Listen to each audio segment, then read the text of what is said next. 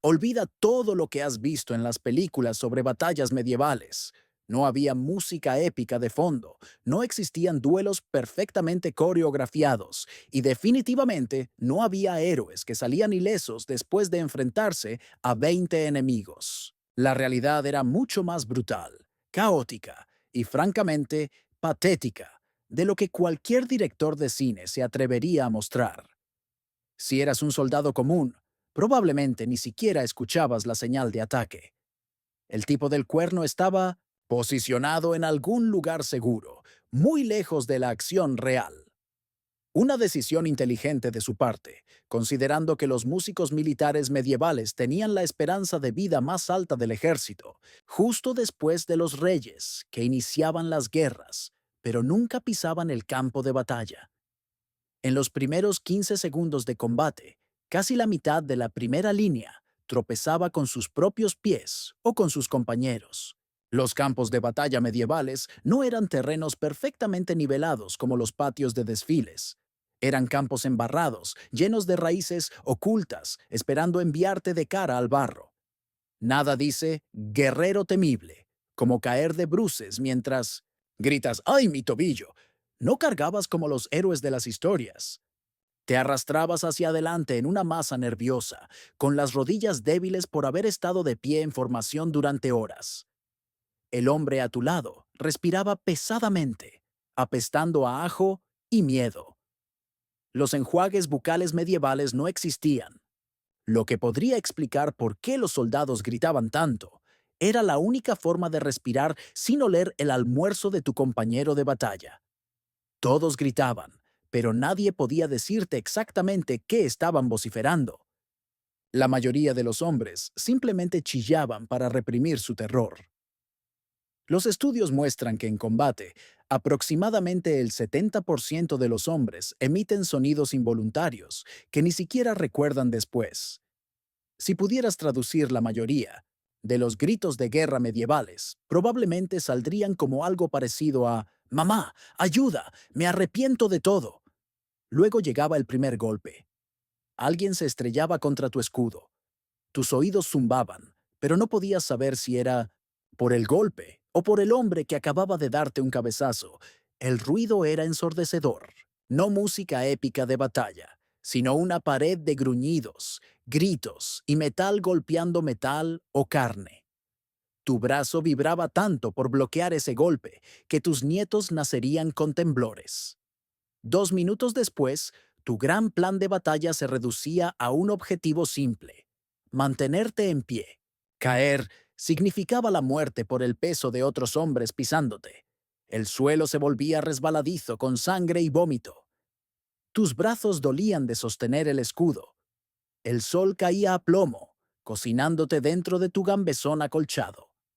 La armadura medieval era la sauna portátil menos cómoda del mundo, el único programa de pérdida de peso donde podrías perder 7 kilos de sudor o tu cabeza, lo que viniera primero. Tu mundo se reducía a los pocos metros a tu alrededor. Solo veías los ojos aterrorizados del hombre frente a ti, que estaba igual de confundido que tú. En ese momento, ambos acordaban silenciosamente que quien les había dicho que la batalla era gloriosa merecía un lugar especial en el infierno. Y todo esto era solo el comienzo. Si sobrevivías al choque inicial, enfrentarías la siguiente realidad brutal de la batalla. El combate medieval real se parecía más a un scrum violento de rugby que a un duelo de esgrima. Los luchadores no se enfrentaban uno a uno. Se amontonaban, siempre que era posible. 5 contra 1 se consideraba buena estrategia, no falta de deportividad. Los caballeros no seguían un código de honor en batalla. Seguían el código de «quiero llegar a casa vivo», que superaba todo lo demás. El aplastamiento de cuerpos hacía que la técnica apropiada de espada fuera casi imposible. Tenías unos 15 centímetros de espacio para mover tu arma. No podías hacer esos grandes arcos dramáticos de espada cuando estabas presionado hombro con tus compañeros soldados. La mayoría de las peleas de espadas involucraban apuñalar. torpemente tu hoja hacia adelante, como si estuvieras tratando de pinchar a alguien en un vagón de metro abarrotado. Las espadas rara vez eran el golpe mortal de todos modos. Según el análisis de tumbas de campos de batalla, la mayoría de las heridas fatales provenían de golpes descendentes a la parte superior del cráneo o el cuello. Exactamente lo que pasaría cuando alguien cayera y otros se amontonaran encima. La estrategia de batalla medieval era menos derrota a tu oponente justamente y más patéalo cuando esté caído, luego patéalo otra vez y tal vez una vez más. Para la suerte. El pomo de tu espada, esa pesada perilla de metal al final del mango, a menudo resultaba más útil que la hoja. Los expertos en espadas llaman a esto la técnica de medio espadazo o golpe asesino, donde sostenías la hoja y balanceabas el mango como un martillo. Esta técnica se llamaba el golpe asesino, que es probablemente el nombre más honesto para cualquier movimiento de lucha en la historia. Los cascos salvaban vidas, pero creaban nuevos problemas. Limitaban la visión a una rendija estrecha y convertían tu cabeza en un horno de metal bajo el sol. Después de solo 20 minutos de lucha, la temperatura dentro de un casco medieval podía alcanzar más de 40 grados Celsius. Muchos luchadores morían no por heridas, sino por agotamiento por calor. Los caballeros medievales básicamente luchaban dentro de saunas portátiles mientras la gente trataba de matarlos, convirtiéndolos en los humanos más valientes o más tontos de la historia. Si caías durante este caos, tenías unos 2 segundos para levantarte, no por alguna regla, sino porque ese era el tiempo que tardaban las botas en empezar a pisotearte o las armas en encontrar huecos en tu armadura. El examen de sitios de batalla medievales muestra que muchos cuerpos fueron encontrados boca abajo, en solo centímetros de barro. No muertes dramáticas, solo asfixia lenta después de caer. Las heridas a menudo venían de ángulos inesperados. Tu armadura podría detener una espada desde el frente, pero ¿qué hay del tipo que te golpea por detrás o por el lado? Un luchador típico recibía ataques de al menos 3 direcciones diferentes dentro de cualquier periodo de un minuto. Tu cabeza giraría tratando de rastrear todas las amenazas, lo cual es irónico, ya que mantener tu cabeza literalmente sin que se desprendiera era el objetivo principal. El aplastamiento, pisoteo y desorientación se llevaban más vidas que las habilidades de combate directo. Las armas de las batallas medievales no eran las obras maestras relucientes que ves en las exhibiciones de museos. La mayoría eran herramientas rudas diseñadas para un propósito: atravesar lo que se interpusiera entre tú y las partes blandas de tu enemigo. Hablemos primero de las hachas. Las hachas de batalla no eran elegantes. Eran básicamente la misma herramienta usada para cortar madera, solo modificada para cortar a través de escudos, armadura y, desafortunadamente, hueso humano. Tenían una ventaja importante. No necesitabas mucho entrenamiento para usar una efectivamente. Balancea fuerte, apunta algo cerca de tu objetivo, y la física hace el resto. La desventaja. Una vez que tu hacha se clavaba en algo, ya fuera un escudo de madera o la caja torácica de alguien, a menudo se atoraba. Los hallazgos de campos de batalla medievales muestran que muchos portadores de hachas murieron mientras trataban de sacar su arma. Un hacha atorada en tu enemigo era el equivalente medieval de que tu teléfono se muriera con 99% de batería. Frustrante y potencialmente mortal.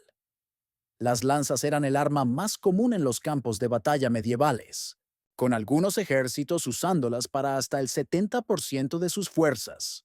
¿Por qué? Eran baratas de hacer y requerían entrenamiento mínimo. Un simple asta de madera con una punta de metal podía ser producida en masa fácilmente, incluso por reinos más pequeños con recursos limitados. El beneficio real era el alcance. Podías apuñalar a alguien desde 2 metros de distancia, mientras él todavía trataba de acercarse lo suficiente para golpearte. La desventaja era la maniobrabilidad. En formaciones apretadas, las lanzas se volvían más peligro que ayuda. Los registros de batalla mencionan numerosas heridas accidentales de lanza aliados. Muchos soldados medievales fueron pinchados más a menudo por las lanzas de sus amigos que por sus enemigos. Las mazas resolvían un problema que las espadas no podían: la armadura de placas. A medida que la armadura de metal mejoraba, cortarla se volvía inútil. La solución: deja de cortar y empieza a aplastar. Una masa era esencialmente una bola de metal pesada en un palo, diseñada para abollar la armadura hacia adentro, rompiendo huesos sin necesidad de cortar a través del metal. Simple, efectiva y aterradora. Los registros de la Iglesia del período muestran que muchos caballeros religiosos favorecían las masas porque técnicamente no derramaban sangre y por lo tanto no violaban las restricciones religiosas. Lógica medieval en su máxima expresión. No puedo abrirte, pero puedo convertir tus entrañas en pudín. Dios está totalmente bien con eso. Las espadas reciben toda la gloria en las historias, pero en realidad eran el arma menos común en los campos de batalla medievales. ¿Por qué? Eran caras, realmente caras. Una buena espada podía costar tanto como una casa pequeña. Requerían acero especial, artesanos habilidosos y años de entrenamiento para usar efectivamente. Solo los nobles y soldados profesionales típicamente las portaban. Y contrario a la magia de las películas, las espadas se rompían frecuentemente. El análisis de espadas de campo de batalla muestra que muchas habían sido reparadas múltiples veces antes de su uso final. Nada arruina tu momento heroico como tu espada elegante, partiéndose por la mitad en el primer swing, dejándote sosteniendo lo que equivale a un palo de metal muy caro. Luego estaban las armas improvisadas, las soluciones desesperadas de ejércitos, campesinos y luchadores de último recurso. Las herramientas de granja reconfiguradas para la guerra eran notablemente comunes. Mangales, herramientas para trillar grano, horcas y hasta palas afiladas, aparecían regularmente en los campos de batalla medievales. Los registros de varias batallas importantes indican que hasta el 20% de los soldados comunes luchaban con equipo agrícola modificado. Estas armas improvisadas a menudo resultaban sorprendentemente efectivas, principalmente porque nadie esperaba ser derrotado por una herramienta de jardinería. La muerte por pala no era gloriosa, pero era igual de final que la muerte por espada, y considerablemente más embarazosa de explicar en el más allá. Todas esas armas de las que acabamos de hablar no estaban diseñadas para verse geniales. Estaban diseñadas para desgarrar cuerpos humanos. Y desgarrar lo hacían. La armadura ayudaba, pero no tanto como podrías pensar. La cota de malla podía detener una espada cortante una vez. Tal vez dos. Pero un golpe directo de un hacha o maza, esa malla se doblaría directamente en tu carne, convirtiendo tu protección en parte de la herida. Los registros de cirujanos de campo de batalla indican que aproximadamente el 40% de las bajas de caballeros blindados tenían huesos destrozados, a pesar de que su armadura permanecía intacta. La armadura era básicamente plástico de burbujas medieval. Podía manejar la primera caída, pero después de eso solo hacía ruidos crujientes mientras te rompías. Un golpe al hombro podría llevarse todo el brazo. Las armas medievales no hacían cortes limpios. Desgarraban, trituraban y mutilaban. La mayoría de los luchadores que perdían extremidades en batalla no morían por la lesión en sí, sino por la pérdida de sangre o la infección que seguía. La pérdida de sangre ocurría mucho más rápido que en las películas, donde los Shem Monomais, héroes, siguen luchando a pesar de múltiples heridas. El cuerpo humano contiene aproximadamente 5 litros de sangre, y perder solo un litro puede causar inconsciencia. Los registros sugieren que muchos soldados se desangraron en menos de 5 minutos, después de heridas importantes. A veces, ni siquiera. Sabías que habías sido golpeado hasta que tu visión se nublaba y tus rodillas cedían. Las lesiones internas por armas contundentes eran en realidad peores que los cortes. Nada que coser, solo dolor y pánico. Un golpe sólido de masa podría no romper la piel, pero podría reventar órganos, agrietar costillas o causar sangrado cerebral. Los doctores medievales tenían un término técnico para estas lesiones ocultas. El síndrome de «oh no, estaba bien hace un minuto». No toda herida era dramática. Los dientes salían volando cuando los cascos recibían golpes.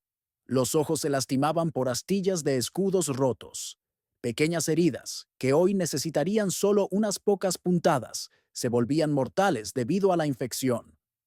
Los registros de hospitales monásticos muestran que por cada soldado que moría en batalla, 3 más morían después por infecciones de heridas. No había médicos esperando en las líneas laterales. Lo más cercano a la medicina de campo de batalla era otros soldados atando cinturones alrededor de extremidades heridas para frenar el sangrado o cauterizando heridas con puntas de daga, calentadas. Las escalas de dolor medievales iban desde «todavía puedo luchar» hasta «por favor, solo mátame ya», con muy poco en el medio. Los hospitales de campaña, cuando existían, eran usualmente solo tiendas donde los heridos eran tendidos sobre paja. Las herramientas quirúrgicas no estaban esterilizadas. Tal vez se limpiaban con un trapo si tenías suerte. Las tasas de éxito de cirugía de campo de batalla rondaban el 30% y la mayoría de los procedimientos involucraban amputación, no porque siempre fuera necesario, sino porque era rápido. El trauma mental de estas heridas a menudo resultaba tan devastador como el daño físico. Muchos sobrevivientes describían sentir sus mentes fragmentarse durante la batalla, especialmente después de ver o experimentar lesiones horríficas. A medida que la batalla continuaba, tu mente comenzaría a jugarte trucos. El campo de batalla medieval no era solo una prueba de fuerza física, era una pesadilla mental para la que pocos estaban preparados. ¿Dónde estoy? Esta pregunta atormentaba a muchos luchadores después de solo 10 minutos de combate. El movimiento, constante, el girar para enfrentar amenazas desde todos los lados y la falta de líneas de visión claras significaban que muchos soldados rápidamente perdían su sentido de dirección. Sin sistemas de comunicación modernos, las unidades se separaban y desorganizaban. Los estudios de relatos de batalla revelan que aproximadamente el 60% de los soldados medievales no podían identificar en qué dirección estaban mirando después del choque inicial. Esto explica por qué algunas batallas terminaban con ambos lados accidentalmente retirándose el uno del otro. ¿Ese tipo está conmigo o contra mí? Reconocer amigo de enemigo se volvía casi imposible una vez que la lucha comenzaba en serio. Mientras que los ejércitos a menudo usaban colores o símbolos identificadores, estos rápidamente se cubrían de barro, sangre y polvo. En el pánico de la batalla, los soldados a veces atacaban a sus propios aliados por error. Los registros de la batalla de Teuton en 1461 muestran que hasta 1 de cada 10 bajas puede haber venido de fuerzas amigas. ¿Es esta mi sangre? Un momento aterrador llegaba cuando notabas que estabas cubierto de sangre, pero no podías saber si era tuya, de tus enemigos o de tus amigos. Las salpicaduras de sangre de asesinatos cercanos podían cubrirte de pies a cabeza, haciendo imposible saber si estabas herido sin tomarte tiempo para revisar. Tiempo que no tenías cuando alguien trataba de aplastarte la cabeza. Muchos luchadores describían la experiencia surrealista de estar empapados en sangre pero ilesos, mientras otros no notaban heridas serias hasta que se sentían mareados por la pérdida de sangre. ¿Ataco ahora o solo sigo esquivando? Las decisiones de combate se volvían casi automáticas a medida que la batalla continuaba. La mente consciente no podía procesar información lo suficientemente rápido para tomar decisiones reflexivas. En su lugar, los luchadores dependían de la memoria muscular y el instinto. Los ejercicios de entrenamiento perforados en los soldados una y otra vez tomarían control, como una rutina de baile que tu cuerpo recuerda incluso cuando tu mente se queda en blanco. Aquellos que sobrevivían batallas a menudo reportaban no tener memoria de acciones específicas que tomaron. Sus cuerpos luchaban mientras sus mentes iban a otra parte. Es como cuando conduces a casa y de repente te das cuenta de que no recuerdas los últimos 10 minutos del viaje, excepto que en lugar de perderte una vuelta, podrías haber apuñalado a 7 personas. El cerebro humano simplemente no estaba diseñado para manejar el estrés del combate medieval. El miedo, la ira y la confusión se turnaban para dirigir el comportamiento, con poco espacio para el pensamiento estratégico. Los estudios modernos de cómo el cerebro procesa el estrés extremo muestran que la función cognitiva superior se apaga bajo amenaza, dejando solo los instintos de supervivencia más básicos activos. Para los luchadores medievales, esto significaba que sus tácticas de batalla cuidadosamente planeadas a menudo daban paso a respuestas primitivas dentro de minutos. Comenzarías a balancear formas en lugar de personas. A medida que el agotamiento y el estrés aumentaban, la visión podía estrecharse a un túnel. En lugar de ver personas completas, los luchadores comenzaban a reaccionar solo al movimiento y formas básicas. Un destello de metal, una mancha de color, algo viniendo desde la izquierda. Amigo o enemigo se volvía irrelevante en este estado. Si se movía hacia ti, lo golpeabas. Los registros de sobrevivientes de batallas medievales mencionan consistentemente este extraño desapego donde otros humanos dejaban de parecer humanos y se convertían solo en amenazas u obstáculos. Después de suficientes minutos de esta sobrecarga sensorial, el cuerpo se movería por sí solo, mientras los pensamientos se convertían en ruido blanco. Los psicólogos de combate modernos llaman a esto mente de batalla, un estado donde la acción precede al pensamiento consciente. En este estado alterado, los luchadores reportaban sentirse desconectados de sus cuerpos, como si se vieran a sí mismos luchar desde la distancia. El tiempo se estiraba o comprimía, con algunos soldados recordando minutos de combate que los testigos dijeron que duraron horas, u horas que pasaron en lo que se sintió como momentos. Esta desorientación mental hacía que la batalla fuera aún más caótica de lo que ya era. Y cuando se volvía demasiado para soportar, muchos elegían la única opción que en realidad tenía perfecto sentido. Los libros de historia glorifican las últimas resistencias. Las películas muestran soldados heroicos luchando hasta la muerte. La realidad, la mayoría de los soldados medievales tenían un enfoque más sensato. Cuando las cosas se ponían mal, corrían. Los registros de campo de batalla muestran que aproximadamente el 40% de los ejércitos medievales huían antes de que el combate alcanzara su pico. Esto no era visto como vergonzoso por los soldados ordinarios. La vergüenza venía de nobles y caballeros con reputaciones que proteger. Los luchadores campesinos seguían el principio de «me gustaría ver a mi familia otra vez». Los soldados de infantería medievales tenían un dicho: el cementerio está lleno de héroes. La taberna está llena de corredores. Las batallas a menudo terminaban porque un lado entró en pánico primero. Una vez que unas pocas personas comenzaban a correr, creaba una reacción en cadena. La batalla de Hastings presentó varios momentos donde las fuerzas sajonas se rompieron, corrieron, se reagruparon y regresaron antes del resultado final. Muchos luchadores se hacían los muertos, fingían lesiones o pedían misericordia cuando eran acorralados. Algunos se escondían detrás de caballos o carros. Un soldado francés sobrevivió arrastrándose dentro de un caballo muerto durante horas. No exactamente el cuento heroico que le contarías a tus nietos. Huir tenía sus propios peligros. Los compañeros podrían cortarte por desertar, y en armadura pesada, correr cualquier distancia era agotador. Muchos caballeros fueron atrapados, simplemente porque se quedaron sin aliento después de 100 metros. Aquellos que lograron escapar exitosamente a menudo encontraban que la victoria no se trataba de gloria. Era mucho más simple que eso.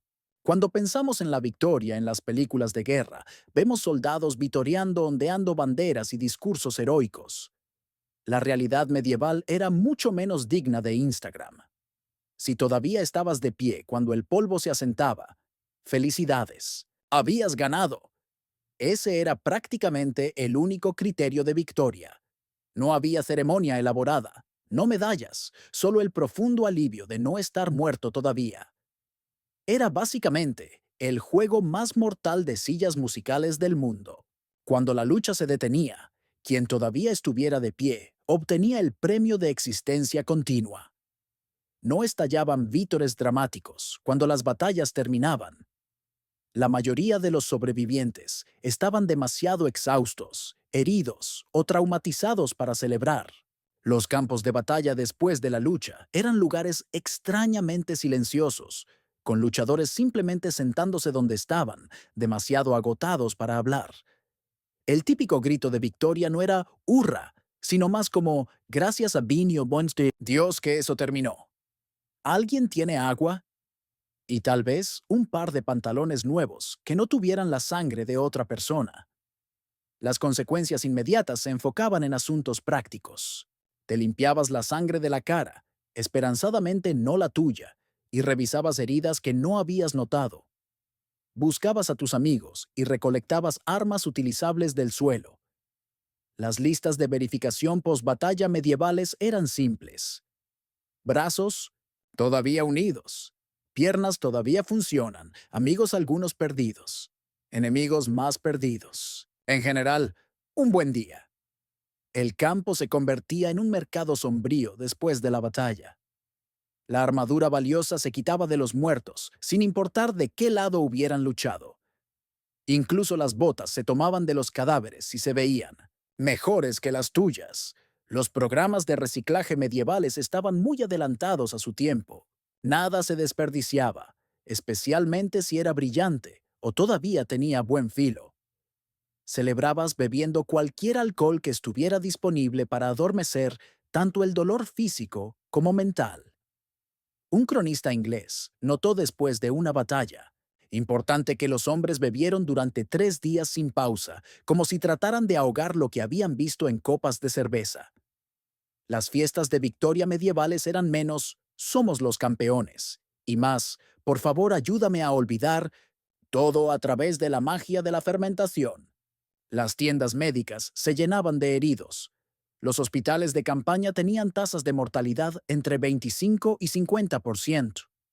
Las salas de espera de hospitales medievales tenían solo dos categorías: podría vivir y probablemente no.